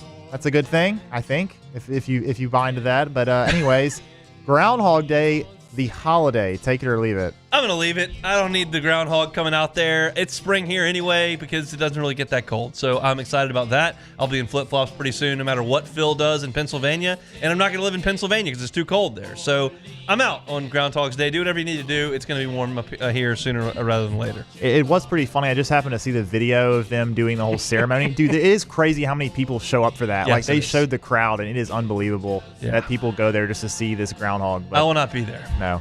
Anyways, moving on, Groundhog Day, the movie, take it or leave it. I will take it. Yeah. I will say I haven't seen it a lot. I've definitely seen it all the way through. Yeah. It's been a while. Ned Ryerson, is that the guy that gets course. the puddle? Yeah, it's the guy in the puddle, yeah.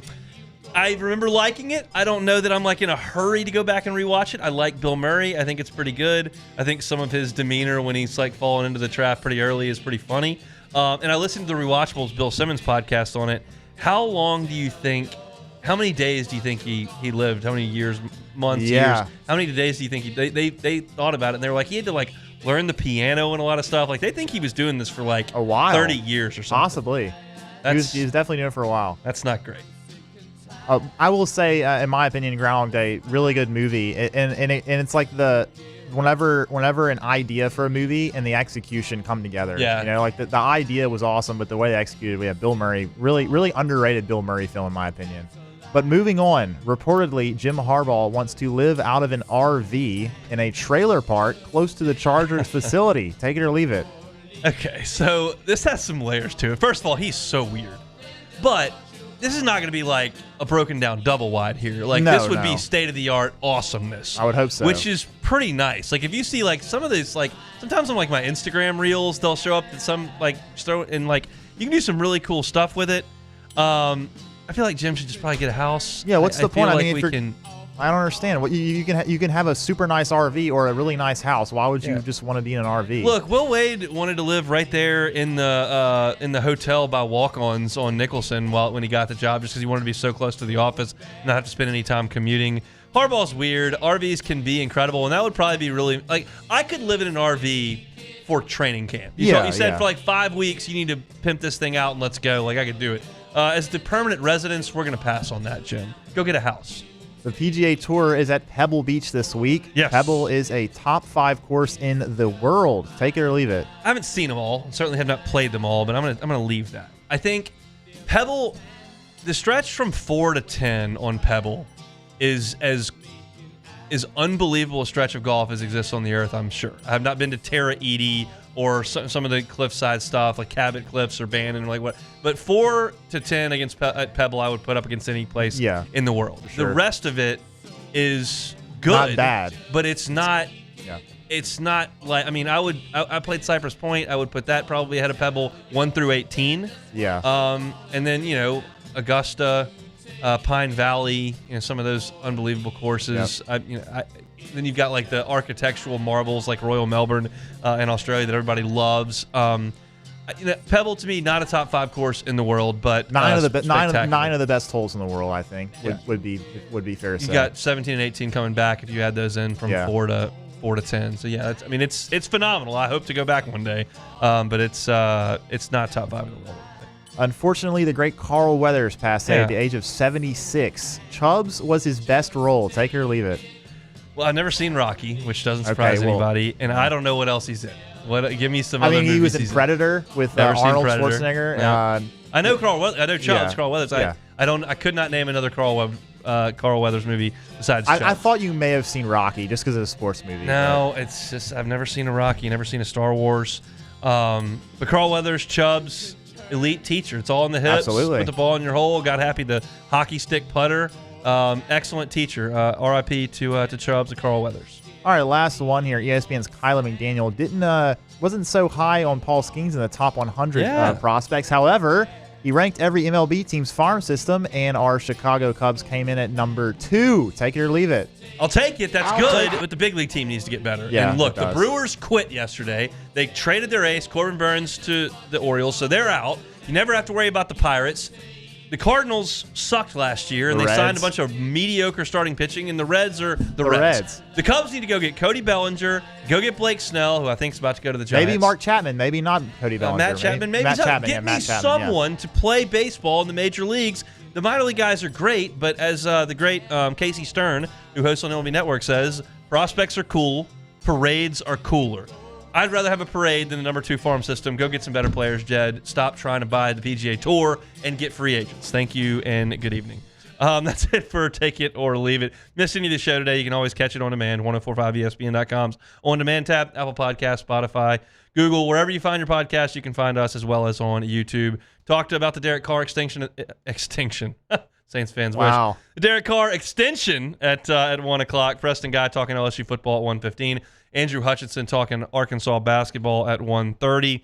Then we had the news of Clint Kubiak to the Saints, which I'm sure Matt will expound upon here on After Further Review. I gave some thoughts on baseball. If you want that, 2 o'clock on today's show. Go back and catch some of that. And I gave you my pick on LSU Arkansas. I like the Tigers tomorrow. Hope I see you in the PMAC. Matt's going to drive you home on AFR for the weekend. We're back Monday, same time, same place. Have a good one.